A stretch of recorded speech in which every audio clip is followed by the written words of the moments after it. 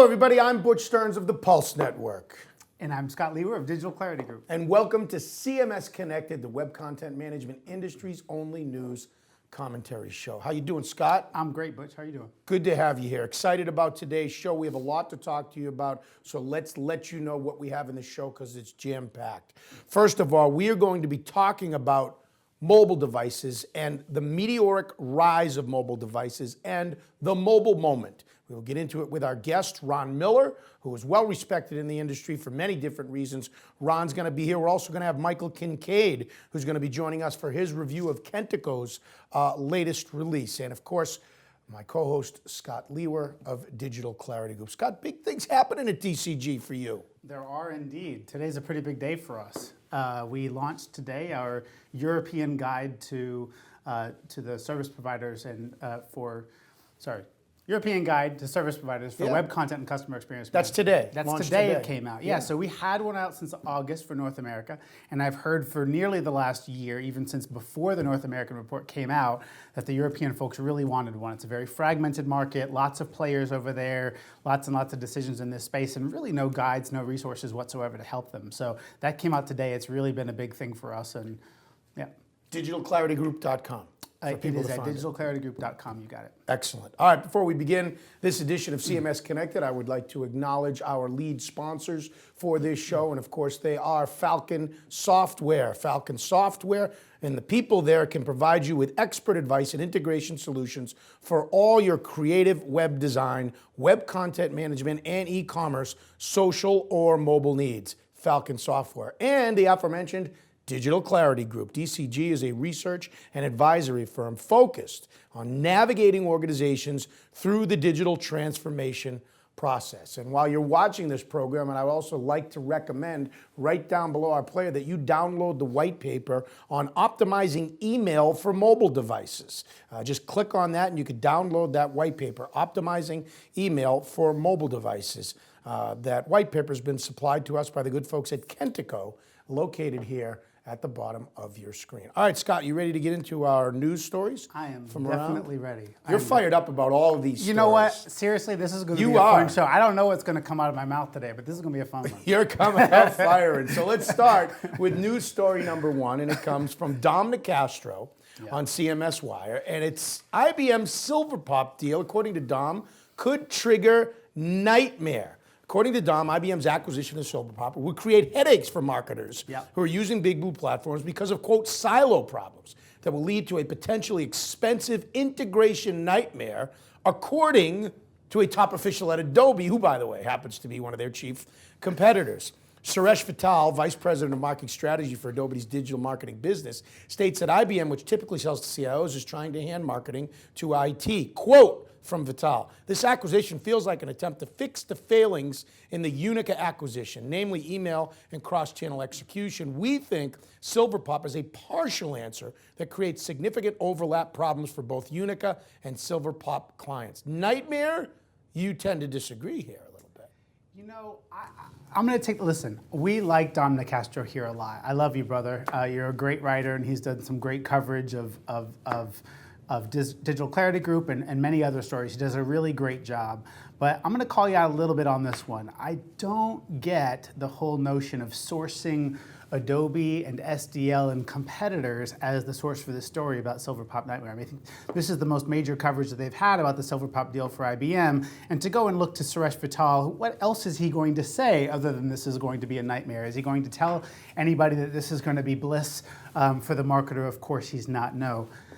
Let me play devil's advocate. Yeah, hit it. Suresh used to be with Forrester, right? Wasn't he an independent analyst? I'll give Dom that. At least he didn't point that out. At least he didn't, come out and say that former Forrester analyst or whatever, and give him that much more credibility.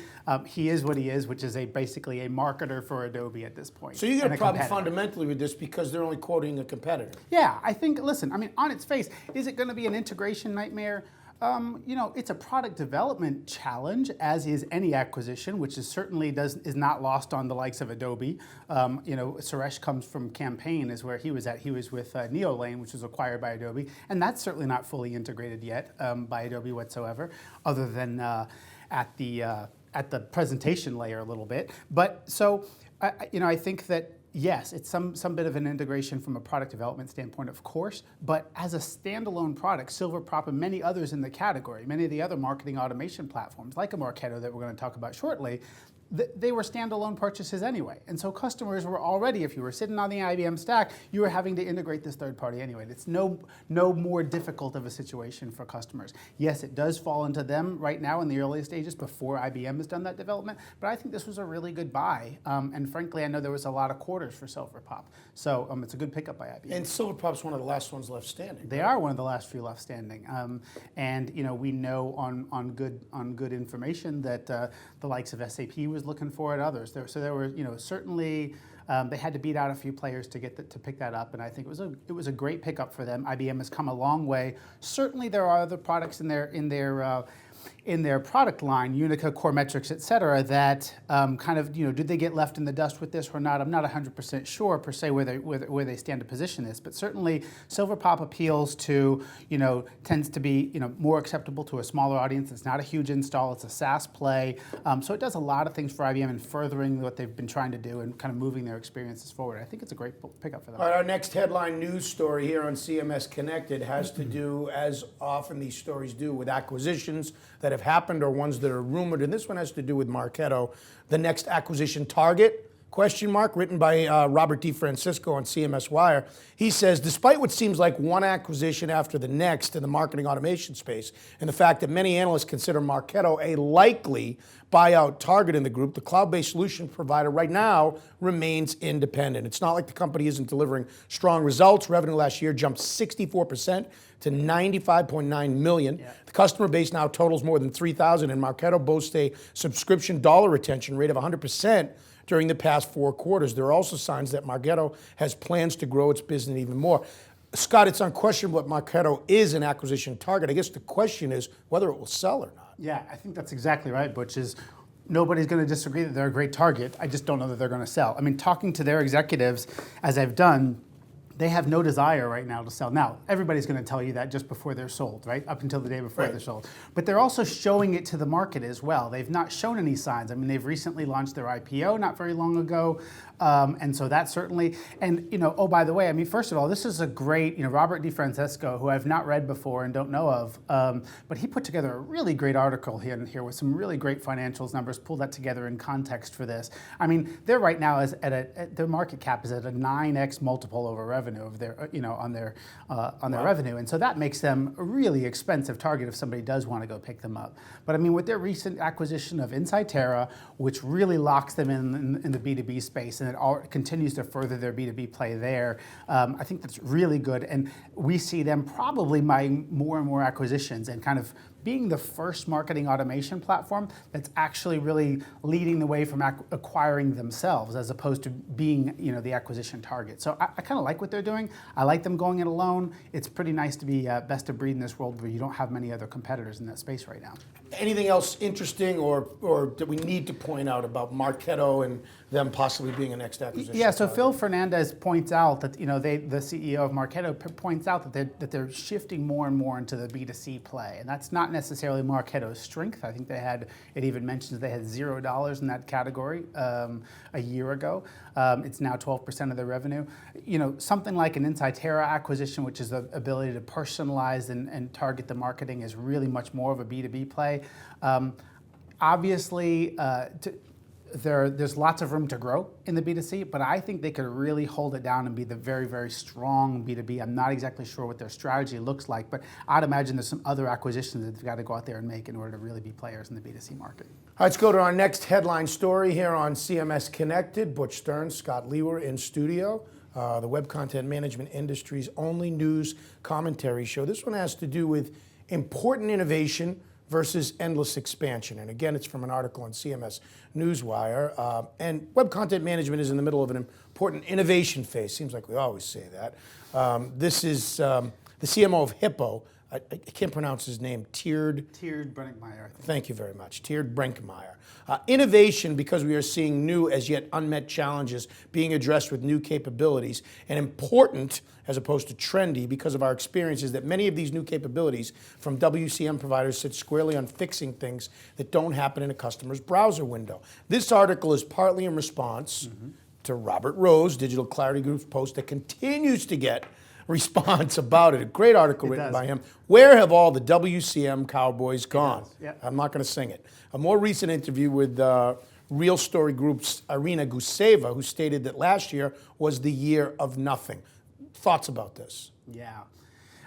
So I really like this article. I mean, I really do like it because I think it is, we started this conversation, Butch, when we were in, was it February or January, when we were doing our kind of 2014 predictions. I presume that must have been January.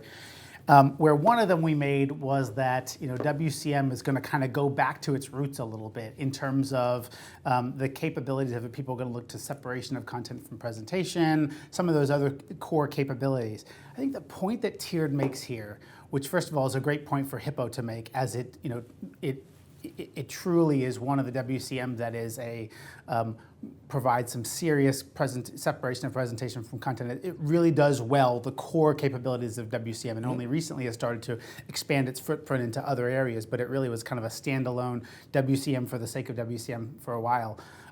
But I think it's a really good point that he makes that needs to be well heard, which is that innovation doesn't necessarily mean we have to go create new features and functions. It doesn't necessarily mean we have to go expand the fence post beyond traditional WCM into analytics, into commerce, into whatever. I know that I've made lots of predictions that all is happening and that consolidation is going on, and certainly that is the case. But his point is you can also look to just improve on what you do and do it better. It's not by chance that I think 65% satisfaction is what we're seeing today by people who own CMSs, that they're satisfied with their CMS platform today. And I think that might even be giving them the benefit of the doubt, to be honest with you. 65% dissatisfaction. And a lot of that is because a lot of the claims that they make to be able to do, the checkboxes they've ticked, they don't necessarily do extremely well.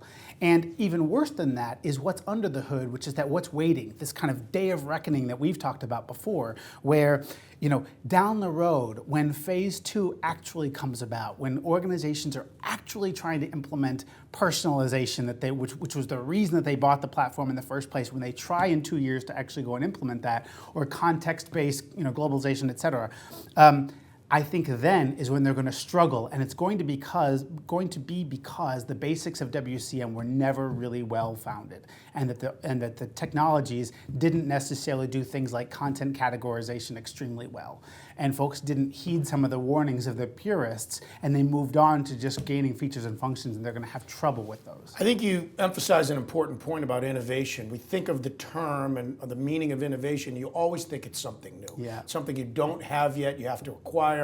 It's a technology, it's a mindset. Yet you're making the point, or the Hippo's making the point, that innovation could be just doing what you're already doing better. That's exactly right. I think that's exactly the case. That's right. Let's move on to our next one that's got my co-host here a little bit fired up, and it's Forrester's claim. Oh boy, this is that campaign marketing is dead. It's dead. Tom Murphy in CMS Wire says that campaign marketing is dead. Long live contextual marketing. That's a message from Forrester Research that you formally embrace the evolution from an age when marketers convince people to buy things to an age where marketers simply help people find what they intend to buy. Explaining the change, the influential research house insisted that companies must build, quote, contextual marketing engines that include marketing automation, real-time analytics, customer databases, and personalized content delivered contextually throughout the customer life cycle. Your contention is that Their contention is that marketing's dead the way we traditionally know it. Campaigns are dead and it's all changed. You completely disagree, don't you? I think that they live inside the bubble and they need to wake up to reality. I think this notion of, and by the way, my being fired up started last night. I think I tweeted something too because I saw an analyst yesterday say something like analog experiences are going to be dead and it's all about digital. Really? Since when? Are we going to no longer have analog? So this is the typical analyst play, which is to swing the pendulum from one end to the extreme opposite end, and there's never any happy medium. Let's talk about what is a marketing campaign. A marketing campaign, think of it like a military campaign where you're trying to, I don't know, secure a hill, or you're trying to go, take on a new territory in some way. There's a lot of parts of that. There's a lot of moving parts and pieces to going about doing that. And I don't think that saying, ooh, it's just only about real-time storytelling and that it's about content marketing and whatever only. Those are means to, like we were just talking about with innovation. Those are innovative ways to actually doing campaigns better or more improved. Right. To be more, we've talked about this notion of being outside in, right? Where you're seeing your own company through the customer's lens and talking about things that are going to be relevant to them. That notion is extremely important, and it is the gist of what content marketing is. And so certainly, yes, telling wonderful stories and how are you going to be able to kind of be of service to your audience is a wonderful thing to do. But ultimately, we're putting out a guide today, right? We're putting out this new European guide today. I need to go and market that in some way. I have to have a campaign around it. I have to, I'm going to do a press release. I'm going to do a number of things. And yes, that might include telling wonderful stories or coming on this show and talking about it so that it's now being demanded. But all of it ultimately is a campaign. It's just silly to say that they're dead. Yeah, so you couldn't disagree more. Campaign marketing is not dead. You're still going to advertise. You're still going to tell your stories. You're still going to put a campaign together. I like the military example. It's just a way to do it better. It's sort of the same point you made in the last story. It's I guess, similar. Maybe I'm just going to make the same point all day today.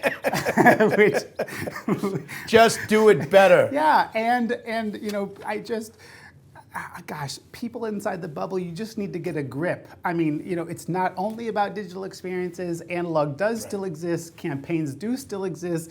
We just use digital and we use data and we can use information and insights like that to do those things better. It doesn't mean we have to make these complete pendulum swings from one end to the other. Get a grip. And by the way, I hate that because a Forrester analyst said it, now it is so. It just annoys the heck out of me. You're all over Forrester today. I like Forrester guys. Matter of fact, they're the biggest readers of our blog, but... Oh yeah, you cushion it all with I like you. When you start saying you like me, I'm going to look for the knife in my back. I like them. I just hate the fact that we all presume that what they say is golden. Anyway. You're watching CMS-Connected. These are our news items off the top of the show. Let's get to our final news item, and it has to do with Ektron and their new era. Question mark. On April 10th, Ektron announced it closed a growth equity funding round led by Accel KKR. This minority investment, the company's first institutional round, will enable Ektron to accelerate product and company expansion as enterprise demand for its content management, marketing, and web experience management software offerings continue to grow. Terms of the deal were not disclosed. Quote from Ektron President Tim McKinnon, "We're entering a new era where businesses and people experience content across the web and mobile devices in entirely new ways." I will amend that, Tim. We're in that era. Another quote from him, "Ektron is at the forefront of helping to power these new experiences for the world's leading organizations. Accel KKR's investment is a testament to our success and the future growth opportunity our continued focus on innovation will bring to the market." What's new about this? Is Ektron entering a new era in your mind? Let's peel back the marketing spin of this. I actually really like this move, and I talked to the Ektron executives, Bill Rogers and Tim McKinnon, both gave me some time. Bill and Bob Canaway gave me some time a week or two ago when this announcement was first made. As I said to them, I really like this move, and I think that's absolutely necessary for Ektron. But let's stop with the whole new era thing. This was a necessary move for Ektron for a number of reasons. What are those reasons, Scott? So, number one, Ektron has a client base. First of all, they have lots and lots of clients. If you go and look at, go to look at web statistics and how many sites are being run by the various CMS platforms that are out there, Ektron is one of the very few commercial platforms that even comes up on that list besides the WordPresses and Drupals and that sort of thing. So they are far and widespread. The challenge for Ektron is 5 years ago, I could literally buy it on my credit card. So they've got a lot of these existing clients who Bill Rogers, the founder, who founded it literally in his garage, does the right thing by supporting every past version of the product that's out there. They won't leave anybody behind, right? They leave no child left behind, whatever for them. The challenge for that is it increases support costs in a significant way. That's one thing. So they've got high support costs managing all these folks who are not necessarily on the most recent version of the platform who purchased it a few years ago on a credit card. Number two, the product itself has evolved significantly. It is one of the very few kind of best-of-breed.net plays that are out there right now. I really like what they've done. They've multi-tiered it. It's a great play, but it's a significantly different product than what it was in most of its existing customer base. And therefore, migrations are also fairly difficult. I know they'll talk about one-press migrations, but if you're coming from a couple of versions ago, it's a pretty doggone hard upgrade. Two is that three, whatever number I'm on, they made a significant shift when a couple of years ago, I think last year, a year and a half ago, they announced that they were really going to significantly curtail their professional services group. And they started to look to partners to do a lot of that work. Now, that's significant because it takes away a big, huge source of revenue in dollars for them, right?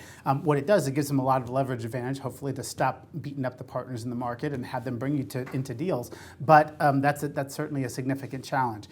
They had some layoffs related to that, as one has to do. But I think the really good thing about this is, A, they needed the money. They've announced a new SaaS product, a new cloud-based product, which is, I think, an absolutely appropriate move for them, as that is a great way for, subscription method is a good way for those past clients who bought it fairly cheaply to kind of continue to move and make the evolution with Ektron. It also solves their challenge of the whole upgrade path. If they can manage it centrally in some way, then that's going to be a lot better for them. So I think it's good for all those reasons. They need the money for all those reasons, and they need the money to continue to market themselves and put themselves out there because they've lost a little bit of market credibility in the past year and a half or so ago.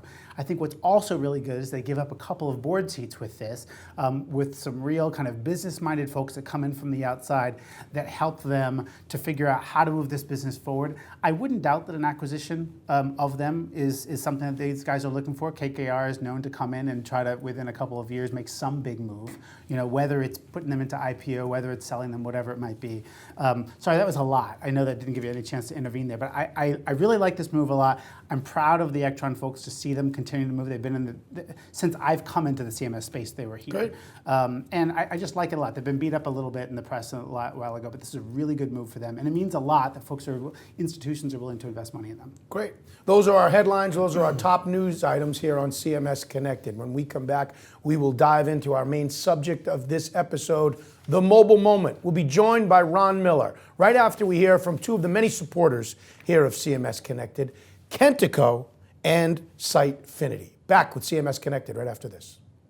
Telework Sitefinity CMS is an online platform designed to align collaboration and deliver fast results for any requirement. It's a system that empowers businesses by streamlining content management centrally for any campaign, website, or channel. Telework Sitefinity CMS brings your creative ideas and content to the mobile front easily with a powerful, responsive engine and multi-strategy mobile arsenal built right in. Using out-of-the-box features, you can reuse your content on any delivery channel, interact with your audience through social media, and even integrate directly with third-party systems. How does this all work? By understanding the nature of your content, Telework Sitefinity CMS allows you to build once, deliver anywhere, using an advanced feature set and state-of-the-art drag-and-drop interface that's powerful by default and extensible by design.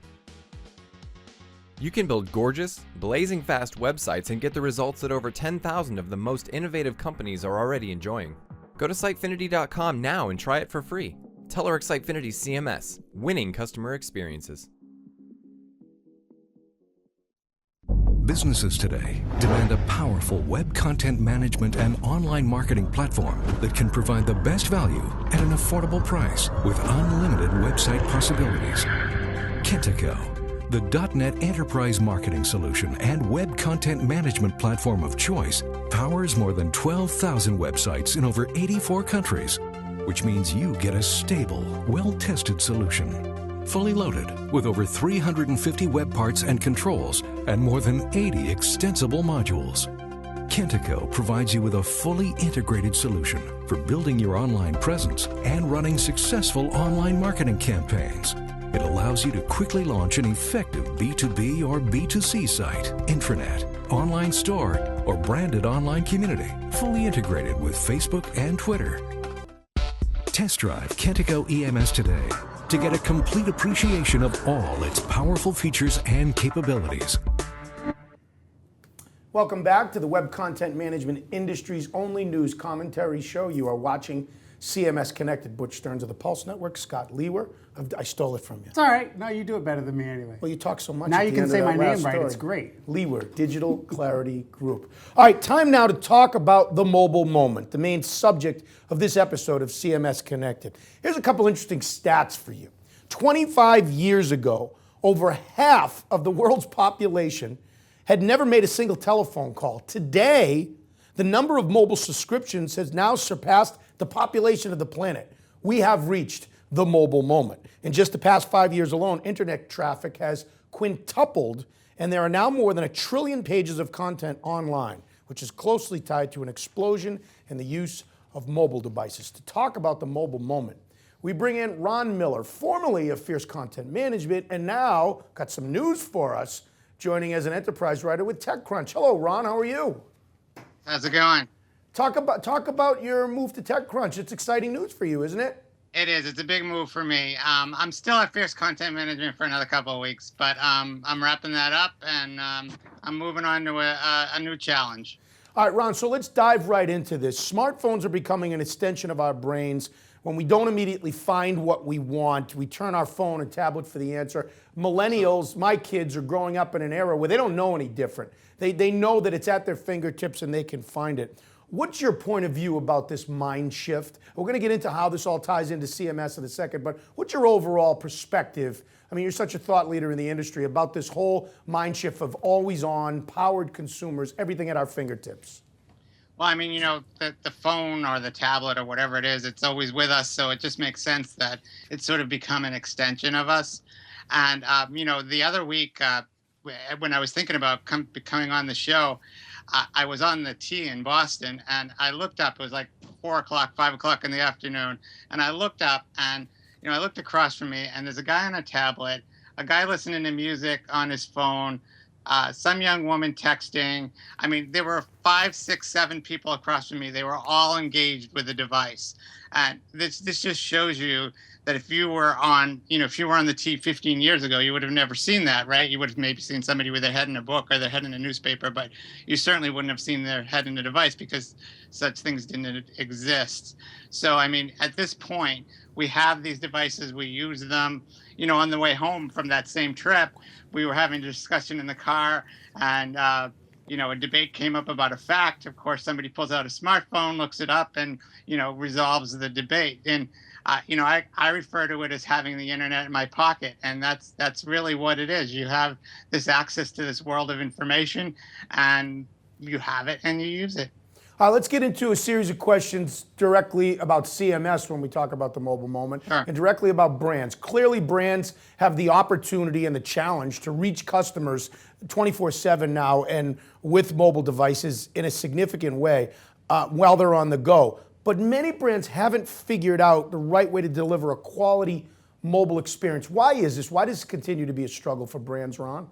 Well, it's a struggle, Butch, because it's hard. It's hard to do. Scott can tell you that there's a lot of moving parts involved in that kind of an operation. And I was at you know, the conference that that Digital Clarity Group put on last fall, and you know, there was just a discussion about, you know, all the changes that are going on in marketing itself, and then in all the pieces that you're talking about when you want to make something like a customized digital experience on a mobile device. And it's just a lot of things. You know, you have CRM, and you have you know, platforms like Marketo you were talking about earlier, and you know, you have all these things, and how do you put that together and really deliver something to the device that's meaningful to the person without bothering them? That's job one, and it's just not easy to do. And you know, I was at Mobile World Congress in February, and a lot of companies were talking about this, how to deliver that customized mobile experience. And big companies too, like IBM and SAP, they had a surprisingly common message about this, that they wanted to help their customers get to people on these mobile devices and, you know, deliver content that's meaningful to them. And you know, it's the old problem, right? When I remember having a conversation with Derek Slater, who's the managing editor at Fierce IT, and he said the goal of any publisher has always been the audience of one, right? And this idea that you want to publish material that matters to that one person when they come to your site. And that's become not just the realm of publishers rather anymore. It's also marketers who want to do that too, who are also creating, you know, lots of decent content and want to deliver that content that matters most in the context of that particular moment. And, you know, it's a big challenge, and that's why Right. content management vendors are having trouble with it, and why marketers are having trouble with it. You are watching CMS Connected. I'm Butch Stern, Scott Lewer alongside from Digital Clarity Group. This is the web content management industry's only news commentary show. We are talking about the mobile moment. We are talking with Ron Miller, fierce content management editor for a few more weeks and enterprise writer for TechCrunch now. Scott, go ahead, jump right in there. Yeah, sure. So Ron, first of all, hello, great to see you. I wish we could have had you in the studio today. But listen, so I love what you're talking about there. I think it's extremely relevant, the notion of the audience of one. And I think this is something really that mobile has done well for marketers. I think it's done well for anyone who is in the business of publishing content, which, as you say, we all are. The mobile first movement to me was less about kind of coming up with form factors and more about making sure that we are thinking about our audience and what they want because of the fact that we couldn't necessarily show them everything. Do you see that as well? And do you see marketers or even on the vendor side them struggling with that or helping organizations figure out what it is that they should be showing to their audience? Sure. I mean, and as you say, it depends on the device, right? And it's not going to be the same across every device, because if you try to take a website and just crush it into a mobile form factor, it looks horrible, and nobody's going to engage with it. Nobody wants to be doing the little pinching and the moving to try and see it. So what you're faced with is either looking for technological solutions to find ways to deliver that device, that content to that device in different ways, or you're faced with the challenge of coming up with different kinds of content for different devices. So a little more on that, Ron, from a strategy perspective. I mean, as we're talking about here, Scott, you painted the picture, Ron, about sitting on the T and all those different devices. Again, part of the challenge, part of the opportunity for a brand with responsive design is to reach consumers in a way that is, a good experience on every device. Sure. But when it comes to the strategy of it, how do you start with that? You seem to head down a path where you start with the right content instead of starting with just crunching it on a mobile device, right? Well, I mean, yeah, I don't know that, responsive design is one approach to that. It's one answer to that. It's not necessarily the answer to every problem that's out there. Because, sometimes you can only crush it down so far, and then you just have, stuff that just doesn't look that good. I mean, the classic example that's given at almost every show that you ever go to, or conference, is the Boston Globe, and they've done it pretty well. They have 4 or 5 columns, and as you get smaller and smaller, you get down to a single column of information. But I don't necessarily agree that that's the only way to do it. I mean, sometimes you just have to say, this is a different device and I'm going to create different content. And, I liken it to back when I was a technical writer. For a long time, I did software documentation and online help. And there was always this notion that, okay, you just take the documentation and you just kind of shove it online and you have online help. And I never saw it that way. I always said, you had a lot of information that you could have in the documentation that you couldn't necessarily have, or you shouldn't necessarily have in the online help, because it's a different medium. And I think the same thing applies to different devices.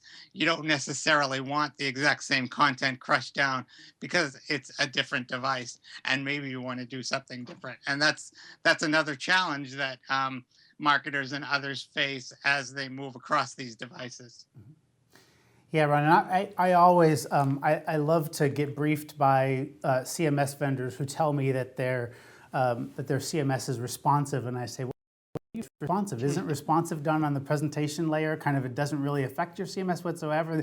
Oh, yes, I guess, well, that's true, sure. So here's my question to you is, what are the CMS vendors really doing to move this ball forward? It does seem to me that a lot of those things like responsive design and those sorts of stuff are done outside of the CMS and are done by the implementation vendor who's implementing the site and doesn't really have a whole lot to do with the CMS itself. Are the vendors themselves, besides making it mobile ready for the users who enter content, what are they doing or what are they able to do to really affect the experience of the audience? Where's that innovation?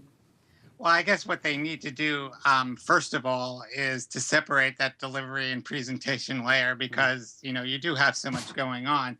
You have the content creation on one side, and you have the content delivery on the other. And I think the job of the CMS vendors and the ones who are doing it best are probably providing ways to separate that content and from the delivery because you have so many devices out there that you can't just create a template for everything, right? So Ron, let me change gears a little bit and ask you about sort of bring your own device to work. I mean, everybody's doing it now, and I work off. I sit in Dunkin' Donuts in line and get all my emails while I'm waiting for my coffee, and I think everybody does that. Clearly, when this first started, there were challenges for CIOs when it came to security, lost data, all kinds of things. What's your advice now, or what's happening in the industry? If companies aren't there, isn't this a losing battle? Don't they have to let people bring their own device to work?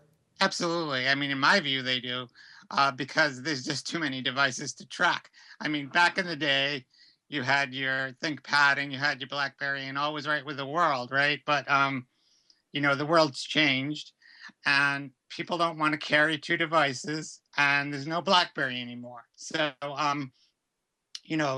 the alternative is just to say, okay, carry your own device and then try and figure out, how you're going to provide secure access back to the enterprise and back to the data and content that you need on that device without being too heavy-handed with the device because it's a personal device as well, but providing the needs to protect, obviously the IP and the needs of the organization. All right, we've got some questions from our audience, from some people who watch the show. Going to throw a couple of them at you now, Ron. You ready? Sure. All right, this one comes from Deshay Watts from Sprout Content. And Deshay asks, one of our clients recently launched a site in Drupal and another one in WordPress, and neither of their sites are mobile friendly. So the clients had to go back to their developers and were charged an extra fee to, quote, optimize it for mobile. Question is, are there templates and open source CMSs like Drupal and WordPress that will automatically optimize for the web, or will a developer have to manually take care of that each time? Okay, you're getting into a technical area that's a little bit beyond me, when it comes to specific templates and things like that. But I can say that products like Drupal and WordPress have lots and lots of plugins that have been created by third-party developers. It's one of the beauty of using those kinds of open source tools. And I think that if you look around, you will find tools that have been created to solve that problem. Yeah, absolutely. I'll jump in and help you there, Ron. First of all, Thank you, Deshay, thanks Scott. for a question. Deshay is a good friend of the show. She was on a few months back talking about content marketing herself. Great expert there. But I think for sure there are plenty of templates that you can get, and download and buy that are in fact themselves responsive in both of those, in both Drupal and WordPress. But what tends to happen is that the developers don't want to use these out-of-the-box ones because they feel like they're hired to kind of build that, and then they themselves did not go build responsive capabilities into those presentation layer templates. So in fact, there are plenty that are available in those open source marketplaces, but when you go and hire your own developers to go build them for you custom, better make sure that it's a part of the requirement because it certainly isn't a baseline capability. Our second question for you, Ron, actually ties back into a news story we did off the top of the show, talking about Forrester saying that campaign marketing is dead. In that story, which you disagree with the premise, they brought up that companies must build contextual marketing engines. Well, our question from Sherry Ann Waters from Taco Del Mar asks, and she sort of states, content is king, but for mobile, do you see the context becoming just as important for mobile? From my perspective, context matters because context is the device itself, right? That's part of the context. Part of the context is what's the size of the screen? What are you trying to, deliver to that person? So where are they? If you're on a mobile device, you can figure that out. Often you can figure out what they're trying to do based on what they've searched for or what they've been doing before. the need to deliver that content. So yeah, of course, context is going to matter. Ultimately, it's the content that matters most, though, in my view, because it's the content that either makes or breaks what it is that the person's trying to do. If you don't deliver the right content at the right time to the right device, then of course, if it's from a marketing perspective, you're going to lose whatever it is that the person was trying to do. I'll give you one quick example. I was talking to SAP recently, and they have this pretty cool project that they did up in Montreal with the transit system there, where they're working with merchants who are located around the train system. And people sign up for these loyalty cards, and then as they come in to the inside the geofence, within the location of that particular merchant, based on what that merchant has learned about that person through all that information that they've gathered, they're able to deliver a specialized offer to that person on their mobile device at a particular moment in time. And that's pretty powerful. Perfect example of context and by device that Ron just said there. And I was just thinking of the same thing. We hear all about customer experience, whatever line of business you're in, and we always hear the buzzwords. It needs to be relevant. It needs to be real time. You have opportunities, but you want to tick somebody off, you want to tick a consumer off, give them something that's not relevant to them, that isn't timely, while the person next to you is getting a free cup of coffee from Starbucks or whatever. So the context is important, but I think Ron really hit it. The content is still king when it comes to it. Content is definitely king, but I do think that mobile actually introduces context in a way that, or rather, completely explodes the whole notion of context. By exploding, I mean meaning a lot. Innovation right now in the whole contextualization of content is going to significantly expand because of mobile capabilities. Right. Where we haven't seen tons of of innovation is truly leveraging the mobile device for what it is, which is more than just a mobile website or a mobile phone, right? Knowing that I am driving right now and that my mobile device is going 65 miles an hour and hopefully I'm in the passenger seat if I'm reading it is context that could be really helpful in some marketing cases, right? Or in some content cases. But we're not really tapping into what we know about the user based on, other than that they're on a mobile device, we're really not necessarily knowing what what Wi-Fi network they're on. You could know that I'm on the Starbucks Wi-Fi network right now, or that I'm using XYZ app on another part of my phone right now, or where I am, all those sorts of things. So I think contextualization becomes even more available and ready now that we're on. Ron, a quick comment from you. I've read a few articles recently about the power for consumers, but not the fact that brands can learn so much about consumers. Consumers have a different power now where they can actually decide what information they're putting out for themselves because they want to be searched a certain way or want to be found a certain way. It's a two-way street now. Absolutely. And, it's pretty powerful for merchants too, if they can figure out a way to, tap into that, because that ability to deliver, these specialized kinds of offers to people at the right time is going to be huge. And let's say, for instance, that you have a database of other information about the person, that it's their spouse's birthday, and that they're coming into the vicinity of a florist, and you can say, yo, Ron, it's your wife's birthday. Did you want to buy some flowers? Get, 15% off if you just stop by as you walk by on your way out of the train station. So those things are going to be huge. But at the same time, as you point out, if I don't want that offer, I'm going to be terribly annoyed by that offer and probably not want to deal with that merchant ever again. And by the way, if you know enough about me, you might ping me with that message by saying, did you forget it's your wife's birthday? To do that. All right, let's go to one other final question from our audience. Tom Robbins from Kentico has this question for you, Ron. Are native mobile applications still relevant is the question. And Tom goes on to say, let's be honest, if connectivity is everywhere, why not just take everything to the web? Well, that's a good question. But I think we've seen really clearly that people like apps, and you may want to use the web on the back end for certain functionality, but wrap it in a wrapper that's more app-like, because I think that's what people like to deal with. I go to my browser not all the time, but, quite frequently on my mobile device. But I also use a lot of apps. And I think, look at the statistics. We've downloaded billions and billions of these things.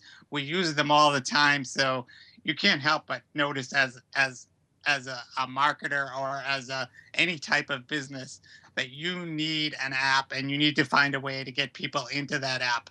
And, once you do, it's pretty powerful too, because you have that whole, two-way communication. And if you have tools that a lot of the vendors are beginning to offer, Adobe with Omniture and SAP with HANA, and, there's millions of them out there right now, that you begin to start to process that data and understand the customer better, then again, you get back to that whole notion of, giving them more customized information and more customized experience. So it's the app is definitely still very, very relevant. Ron Miller, you can find him on Twitter at Ron_Miller for the next couple of weeks. You can still find him as the editor of Fierce Content Management. And as you saw, as we were identifying with TechCrunch now. Ron, on the way out, please give yourself a plug and let people know what's this move mean for you and what's it mean for your audience as an enterprise writer for TechCrunch now? Well, I mean, from me personally, obviously it's, it's a bigger stage in that there's a bigger audience with TechCrunch than I had with Fierce Content Management. But it's also, I mean, I'm a freelance technology journalist, so I haven't just been covering content management all these years. But it does give me, a much broader portfolio of enterprise products to look at.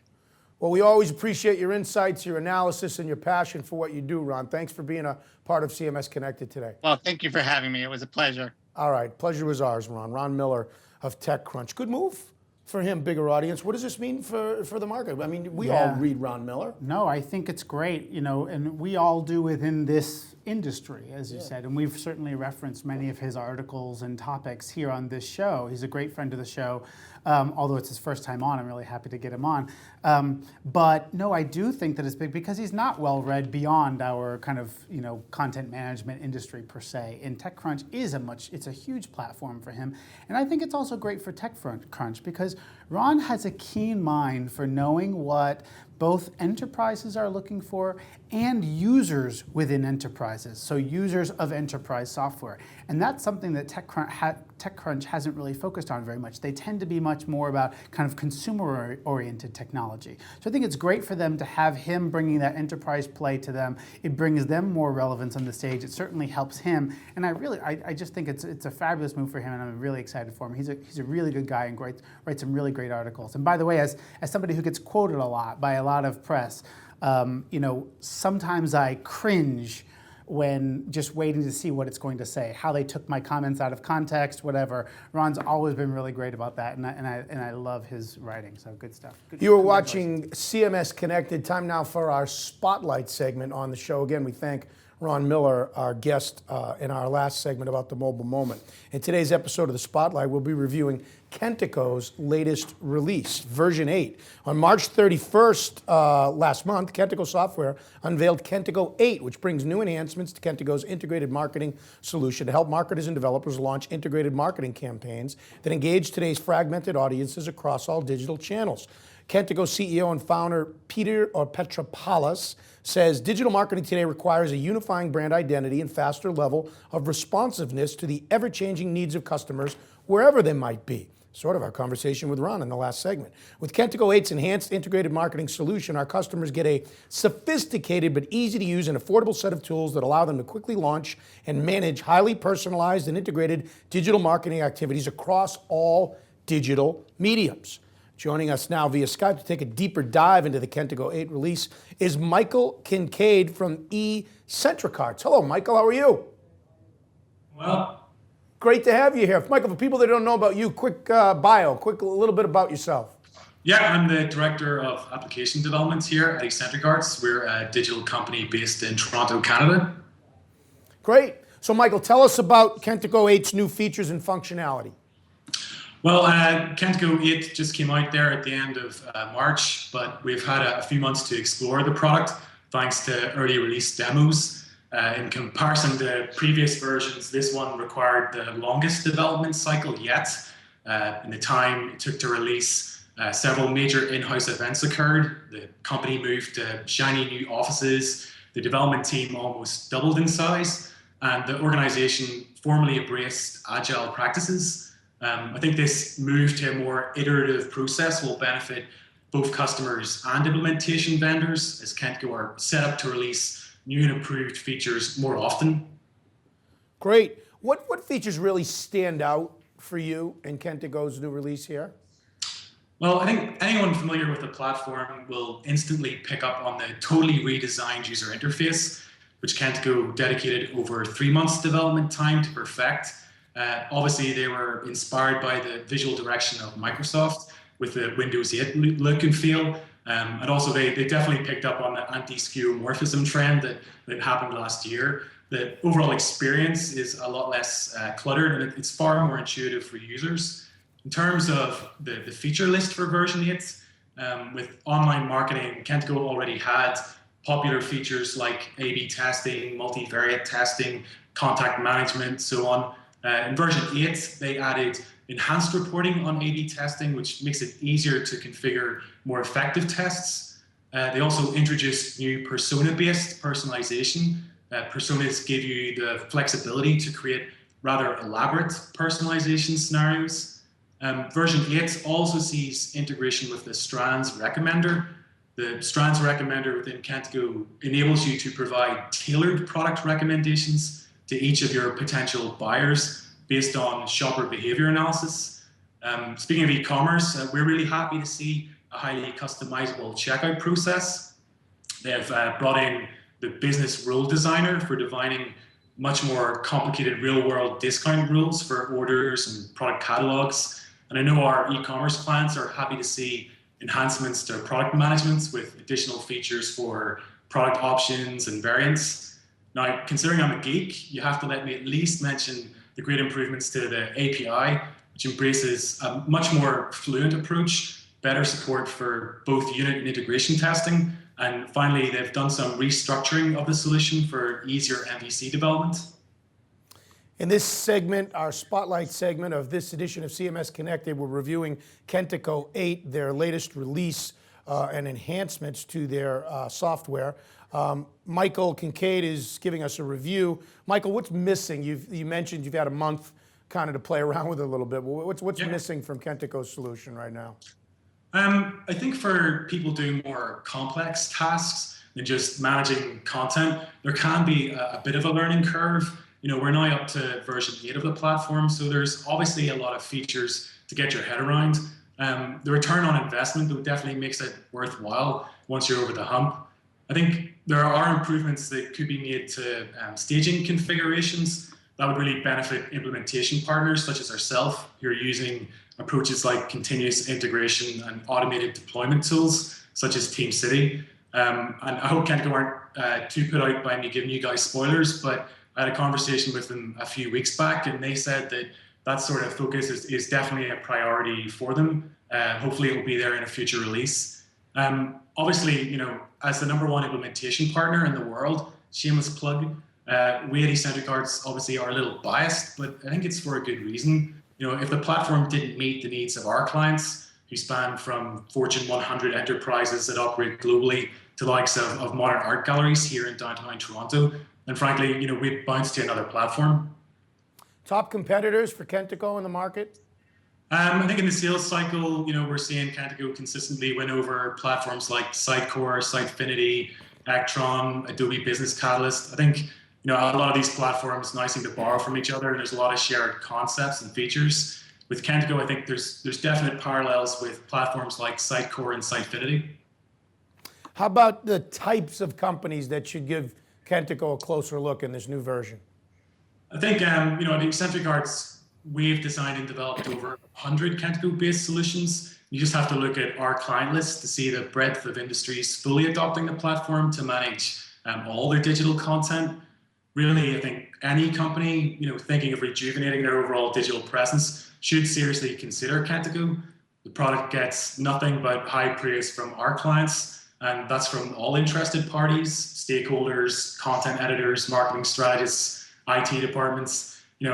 it's definitely rewarding for me and us here to develop on the technology. But at the end of the day, a CMS has to deliver to the organizations investing in that platform. I think with version 8, Kentico certainly delivers. So Michael, let's look down the road. March 31st, they unveiled this new software. Kentico 8 is the new version. What can we expect going ahead from Kentico? I think they've done a lot of re-architecting on the solution to sort of promote a more modular delivery mechanism that kind of ties into the agile process as well. So I think coming forward, as I mentioned, rather than getting these sort of monolithic releases happening once every year and a half, we'll get more frequent updates, which will be certainly easier for us to manage as we introduce the platform to our clients, but also easier for the clients as well to get up to speed with what the new features are. Great. Thanks for your time, Michael. Michael Kincaid. You can find him at Eccentric Arts. You can find him at Me and My Robot on Twitter. That's right. Love that. Love that Twitter handle. It's taken. Don't be trying to get it. There you go. Michael, thanks for your time on this Spotlight segment Cheers. today. Thanks, guys. All right, cheers to you too. Michael Kincaid from Eccentric Arts. All right, Scott, what sticks out with you about Kentico 8, this new version, and about what the latest with Kentico? Yeah, sure. So, I think that, first of all, Eccentric Arts, thanks for Michael to come on. They're on our North American guide as well, so you can see a little bit more about them there. So he's spot on with what he talks about in terms of what Kentico has done to evolve its products. I think it's a big thing. He kind of gave it a small mention, but the whole Strands recommender engine is a really big deal. This is the kind of Amazon-like make recommendations feature that's pretty well desired by most audiences. I think Kentico, like he said, is, first of all, it's a growing company. They're making a lot of play. They weren't so prevalent in the US for a while. They're really here. They're in a lot of the deals in the mid-market.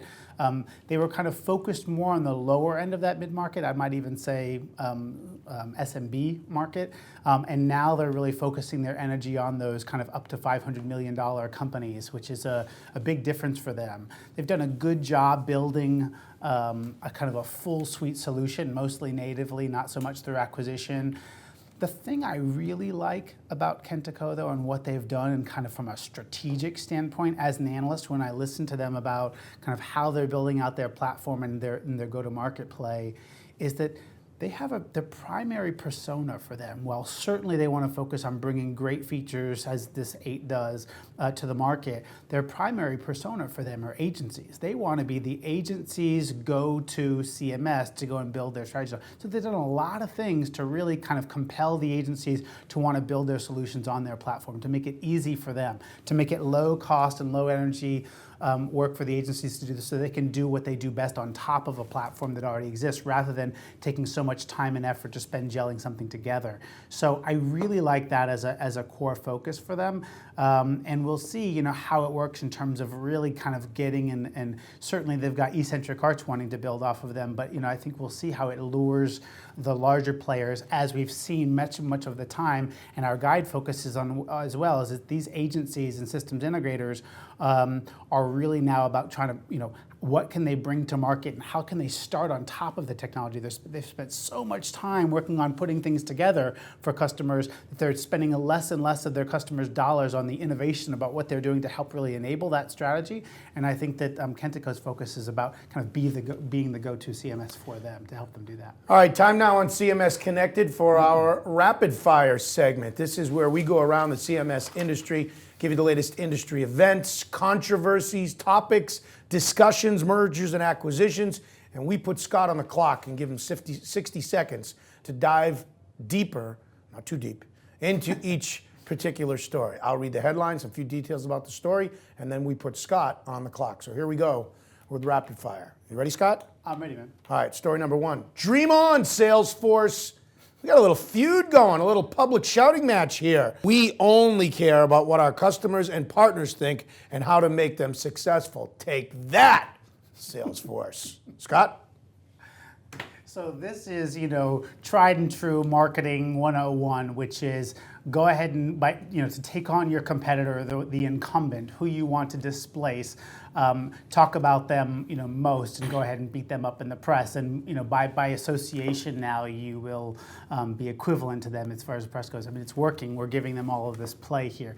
I think that the SAP's response is right, which is basically to poo-poo it. I mean, significantly, these guys are worlds apart in terms of size, in terms of revenue, and sorry Salesforce, but even in terms of profitability. Listen, I think that that said, we've mentioned SAP once or twice already on this show today. They're making a lot of moves to really try to get into the cloud. They've missed on a couple of swings to try to get big marketing automation plays, whereas Salesforce, on the other hand, is doing a lot. They bought ExactTarget, and ExactTarget is going to absolutely wag the dog. That's going to be the marketing platform. So, I think that I wouldn't overlook Salesforce, but yes, they're a wannabe SAP right now. Poo-poo it.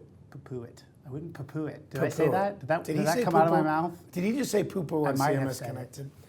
Rapid fire story number 2. 3 amigos. We're talking about Hippo, Hintech, and Elastic Path software. Here's the story. Last month, CMS vendor Hippo and content and marketing technology specialist Hintech signed a global partnership with e-commerce provider Elastic Path software in response to the ever-growing demand for experience-driven e-commerce. The partnership will focus on delivering customized integrated solutions via Elastic Path's API-based e-commerce platforms and Hippo's CMS. What do you think about this coupling, this marriage of these 3 amigos, Scott?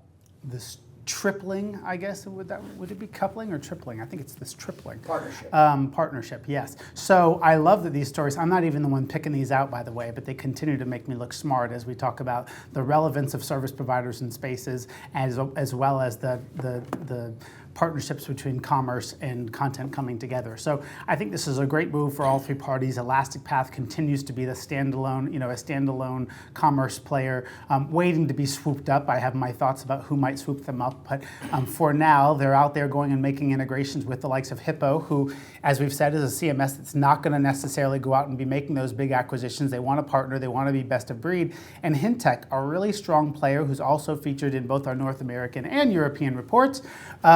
And I think it's great. They're a very technology-focused partner to help bring these products together. I think the conflagration of the 3, is that a word, is a smart play by all, and I think it's great to be able to look to CMS. It's strengthen Hippo, strengthen CMS, and yeah, you got it. You heard my point. Our third rapid fire story for Scott Lewer of Digital Clarity Group on this edition of CMS Connected. Growing universe has to do with LifeRay. On March 18th, LifeRay announced the launch of a new e-commerce features in LifeRay Marketplace to further accelerate the addition of high-value LifeRay compatible apps to the online store. Developers will now be able to use their LifeRay expertise to create and sell apps directly to LifeRay portal users, who will benefit from a richer selection of apps designed to meet specific business needs in an efficient and modular way. LifeRay's new e-commerce features. Thoughts, Scott? Yeah, I'm still waiting for, yes, it's a good idea. Yes, it's another open source vendor being innovative and allowing partners and developers to be able to go and build applications in a modular fashion and sell them through their application marketplace. It's great. It's a natural evolution for them to be able to allow them to sell that directly. It's a very good thing for the marketplace. I'm still waiting though to see, some of the, how about, Sitecore, or how about, others like that, other commercial products out there, creating a marketplace which they're starting to get, but allowing this kind of direct sell. I really like the open source model that they're bringing this innovation to play. I think overall, openness is key here, and we're really being able to see lots and lots of innovation explode in this marketplace. So LifeRay as a portal depends on the many other players in its universe, and it's certainly a good move for them to allow those folks to be able to develop a monetization engine through their marketplace. Our next story here in Rapid Fire has to do with OpenText and a lawsuit just filed against Box. OpenText advised Box on Sunday, March 30th, that while OpenText seeks preliminary and permanent injunctions halting the sale of Box's products, It also otherwise seeks damages exceeding $268 million in the patent infringement lawsuit against Box. OpenText also seeks interest damages for willful infringement and attorney's fees. This information was delivered to Box in response to Box's March 26th demand that OpenText provide the amount of its damages claimed in response to Box's discovery request. Scott, are you surprised at the level of litigation here or any of this? No, but give me 2 minutes on this story and 30 seconds on each of the last two, and I would have been happier. But I really don't like this for OpenText. First of all, this is old news now. Already the judge has basically said they're not going to hear this case because there wasn't enough evidence to be able to listen to it. But what I'd like about this lease is the story that we're actually referencing is a press release put out by OpenText to go and tell the world that we're not innovating so well, so we're going to go after and sue other people who are impinging on our copyrights. And oh, by the way, on our patents. And oh, by the way, Box, who's struggling to try to get into the enterprise, not necessarily struggling, but they're certainly trying to topple the likes of an OpenText. They're disrupting them. They're giving them that much more credibility, but not only saying, hey, these guys are a threat to us and we're going to sue them, but oh, by the way, they're successfully doing it because we're actually doing what we do and impinging on our patents. So it gives Box a lot of great play. Aaron Levy is just absolutely loving this. I wouldn't be surprised if he put out the press release himself. But I don't know why OpenText would want to go make this story big news. Go ahead and pursue the legal matters. These things happen all the time, but let's not make press about it. Our next story here in Rapid Fire, getting dumped. Talking about 451 Research Director Alan Pells Sharp, and he thinks it's time for EMC to get rid of Documentum. Sharp has published a well-sourced 6-page paper making his case, namely that EMC and EMC IIG, the group that owns Documentum, make neither beautiful music nor buckets of cash working together. In this paper, Alan writes, at 451 Research, we believe it's time for EMC to divorce itself of IIG, a product division that never really fit into EMC as a whole and has continued to disappoint CEO Joe Tucci. There are two very good companies here, the storage and cloud giant EMC and the business application wannabe IIG, aka Documentum. Both groups are trying to do the right thing, but find themselves pulling in different directions, says Alan. Again, give me more time with this one. Listen, I love Alan Pells Sharp and his thoughts. So I give him the benefit of the doubt in the argument. Unfortunately, I didn't read the full 6-page paper. I've only read the article that we're referencing with snippets of the contextualized thoughts. That said, I actually don't think it's a smart move for them to dump them. I agree with him on every point that he's made, but my outcome and my recommendation would be different. Yes, you're right. They have not leveraged the capabilities of Documentum. Yes, you're right. The sales forces have never fit together, nor have the cultures. What I would say, though, however, is that EMC, as a storage and cloud giant, is not necessarily in growth mode or innovation mode whatsoever. I would instead look to apps and look to things like Documentum and expand on that and actually make use of it better. Right now, instead of putting baby in a corner and ignoring the likes of Documentum, I would use that as to grow and innovate. Unfortunately, they're not doing that, and so therefore a sell-off maybe is wise as a secondary step, but I don't know who buys them, to be honest. So anyway, I'd love to read the 6-page article, Alan. For our final story here on Rapid Fire in this edition of CMS Connected, we talk about a survey and the state of IT. And Scott, on April 15th, Netrix, the #1 provider of changes and configuration auditing software, released results of a new survey, which is maybe somewhat surprising, revealing, and maybe even troubling, or should be for some. The survey finds that a majority, 57% of IT professionals, have made undocumented changes to their IT systems that no one else knows about. And while as many as 40% of organizations don't have formal IT change management controls in place, frequent system changes without documentation or audit processes can cause system downtime and security breaches from internal and external threats while decreasing overall operational efficiency. This Netrix survey, quote, 2014 State of IT Changes, collected data from 577 IT professionals in organizations across multiple industries and range of sizes. Surprising to you, troubling that 57% of IT professionals made undocumented changes to their systems and 40% don't have formal IT change management controls in place? I think that number is really wrong. I think it's probably more like 97%. Anybody who's worked in an IT organization, has been a project manager or a hands-on developer or an administration, absolutely knows that this is a rampant practice. So I think that number is an extremely understated number. IT folks need to wise up in a lot of ways. You know, we've said how their world is changing significantly. I think these sorts of numbers go and prove that we should be worrying less about developing new applications and making all these changes themselves.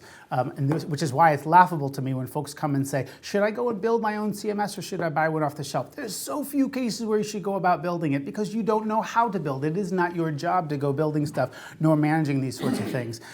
So yeah, I think the number is really low. This is extremely rampant. I'd push this all over the place and say IT's role needs to change, but it should not be just getting better at this. It should be avoiding it altogether, looking back to your vendors to be able to help you with this, or service providers, by the way.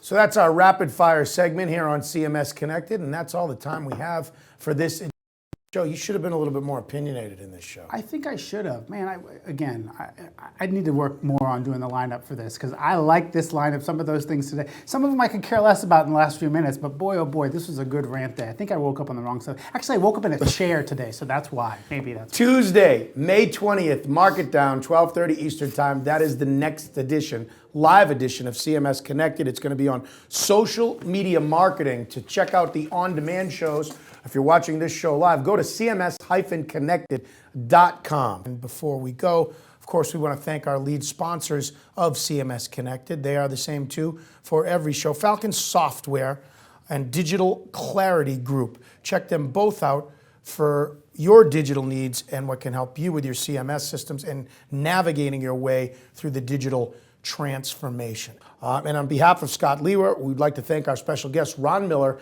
and Michael Kincaid. So get connected and stay connected on CMS Connected.